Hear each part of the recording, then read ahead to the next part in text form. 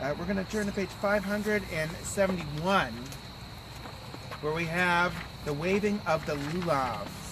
So first we're going to read the top of the page together in the English, page 571. Deliver and bless your very own people, tend them and sustain them forever. Rejoice in your festival, and you shall have nothing but joy. You will see I have here the, what's this called? Lulav. The Lulav, that's right. And over here I have the Etrog, and this is actually one of the largest Etrogs I've ever seen. They're very large. It doesn't even really fit in the box that we have here. It's so big. Now the Etrog, you may notice, resembles a little bit like what kind of a fruit? Lemon. Yeah, and it is in the citrus family, and it smells a little lemony, but unlike a lemon, this has a little spot called the pitome, okay? And this is the part we have to be a little careful, because if we break this part off, then it really would resemble a lemon in almost every other way. But that part reminds us that this is a special fruit from the lemon family that comes all the way from Israel, just so that we can observe this holiday together. And on the Lulav that we have here, you'll notice it's got 3 different kinds of branches. Does anyone know what kind of branch this is over here? This really tall one over here? But that's right, this is a palm frond. And some people say that it resembles a spine. And some people say that it reminds us that we should live our lives with integrity. Now how about this one over here? Do we know this one? It's this one that I'm holding over here. What was that? What was that, Amy? Marijuana? No, it's not. Did you say the willow? Yes, it's the weeping willow. That's true. And some people say that the leaves of the weeping willow resemble our lips, and that's a reminder that we can use our words for good, or we can use our words to hurt people, and we should always use our words to speak justice and to try to use them to help and bring comfort to people. And this one over here, this one, I'm not asking anymore. There's a myrtle over here.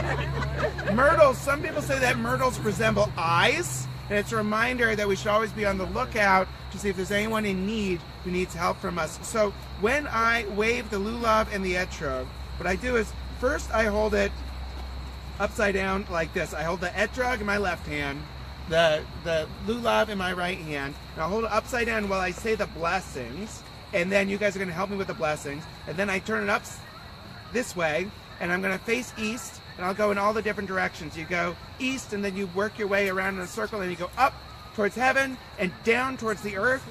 Why do we go in all the different directions? Does anyone know?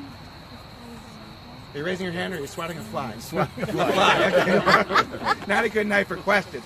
Well, it's to show that God is all around us. God is everywhere. God is in north, south, east, west, above in the heavens, and inside the earth itself. God is omnipresent. Okay? So what I'm going to do is I'm going to wave the Lulav and the Etrog on behalf of everyone at this moment, and then at the end of services, it is a mitzvah to wave the Lulav and the Etrog in the Sukkah, on Sukkot, and everyone will have an opportunity. Anyone who would like to do it is welcome to come, and the cantor and I will show you how to do it. It's not hard at all. I'll need your help with the blessings here.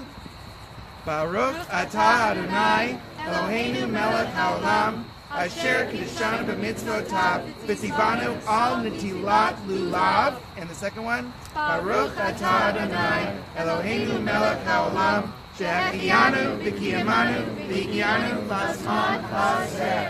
And I'm going to go this way, which is mostly east. I'm going to take it this way. I'll take it this way. I'll take it this way and this way. I'll go up towards heaven and down towards the earth. And I have fulfilled the mitzvah of waving the Lulav, and you too will have that opportunity at the end of the services. So now... Okay, I'm not going to deliver a sermon, but I will say this. Sukkot is called Zman Simchatenu. We just had Yom Kippur, which is a very sort of somber holiday, where we spend the day in introspection and thinking about some of the choices that we regret and strategizing some of the choices we'd like to make in the year to come. And we end feeling really refreshed. So we need something really positive. So Zman Simchatenu is the time to celebrate, the time to be joyous, the time to be happy. So I brought a couple jokes I'm not the world's best joke teller, but let's see if I can just let me see. Where did I put my joke? Let's see if I can. Okay, here they are. I think this is. Okay, here we go. All right, we'll start with some knock jokes. Knock knock. Who's there? Olive. Olive who? I love Sukkot. Another knock. Knock. Who's there? Esther. Esther who? Esther, anybody in the sukkah? Okay. Boo. Knock.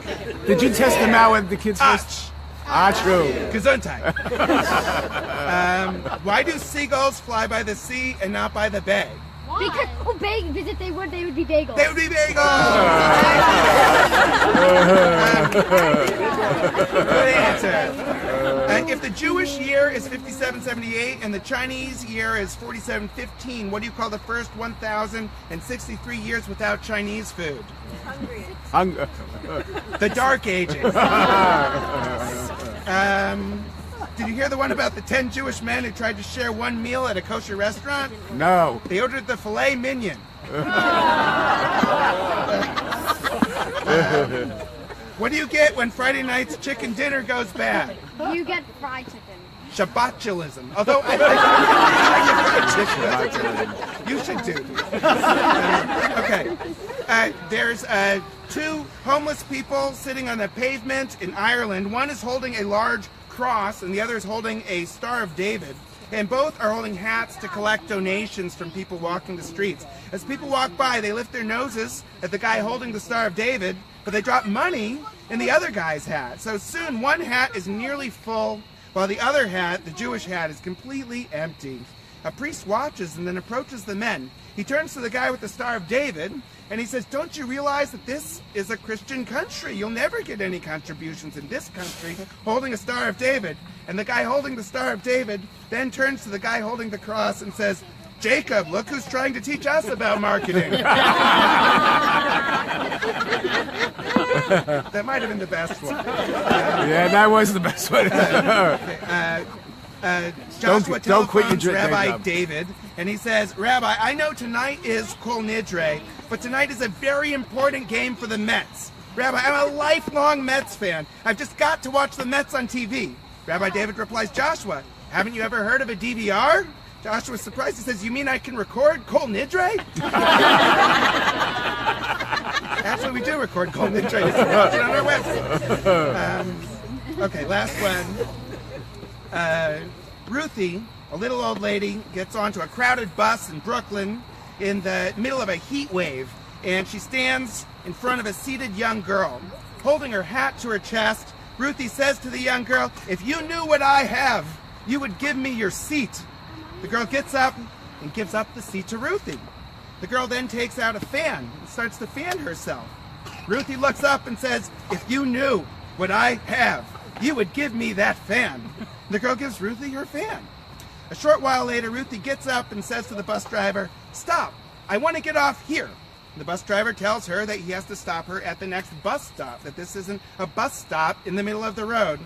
Her hand across her chest, Ruthie tells the driver, "If you knew what I have, you would let me out here." The bus driver pulls over, lets Ruthie out. As she's walking out of the bus, he asks, "Madam, what is it that you have?" "Chutzpah." I'm gonna quit while I'm ahead. Sorry.